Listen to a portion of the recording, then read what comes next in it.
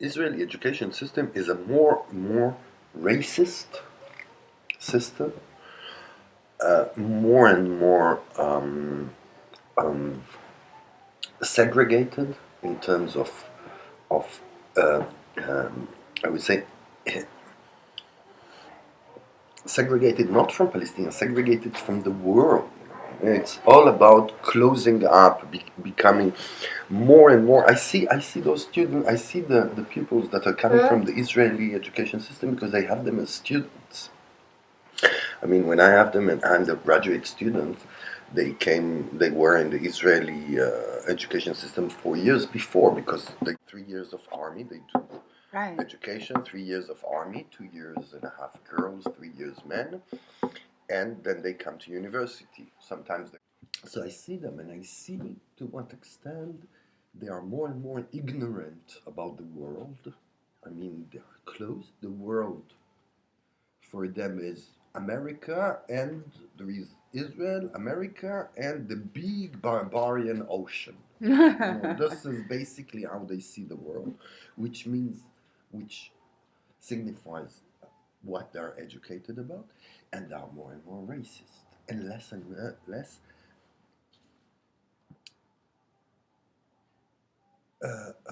I would say, critical thinkers. They, they think collectively. They don't think individually.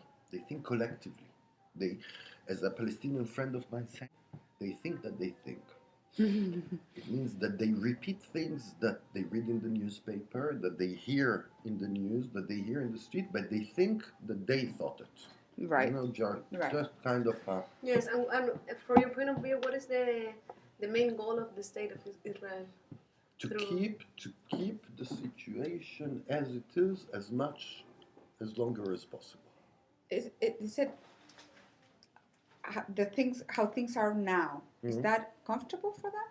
Yes, very. Is it? Of course.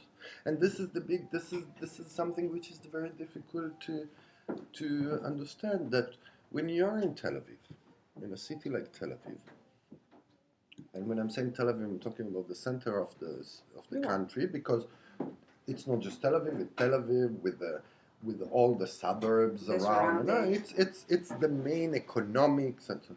When you're there is no conflict. There is no conflict. Right. This is something which is very complicated to understand from a Palestinian point of view, because when you're living 30 kilometers from there, I mean, when you're living in Ramallah, which is just 30 kilometers from Tel Aviv, and it's half an hour drive, if you could drive directly, but it takes 2 hours because of checkpoint, but it's maybe half an hour. In Ramallah, you see, at a certain moment, a checkpoint, you see a wall, you might see Israeli soldiers. In Tel Aviv, there is no conflict. You live good and well. You live good and well. And this is something which is very difficult to understand, that the situation is good for the Israelis. That Israel economically is really good. That the war, the global war, is good for Israel.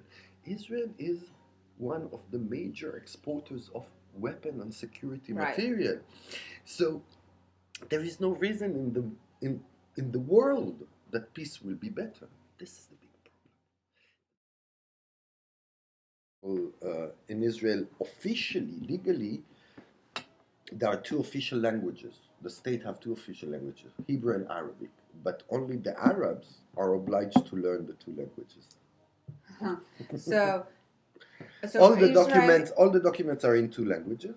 My passport is in Hebrew and Arabic, but only the Arabs have to learn Hebrew in school. When the Israeli Jews, they don't have to learn Arabic. Example that you will find in an Israeli textbook, for example, would be the fact that Arabs appear in the books only as a problem, a demographic problem, a security problem, um, social problem. They will never appear in other way than a problem. The problem. So the Israeli textbook is also I mean, when I was working on the textbook, you have something which is interesting that you have, for example, you learn general history and Jewish history. They are separate. Yeah. General history and Jewish history. So, for example, when you will learn about the French Revolution won't be really important. What will be important is the emancipation of the Jews in France. And the revolution will be kind of background. Do you see? Like, for example, Second World War, it's not an issue.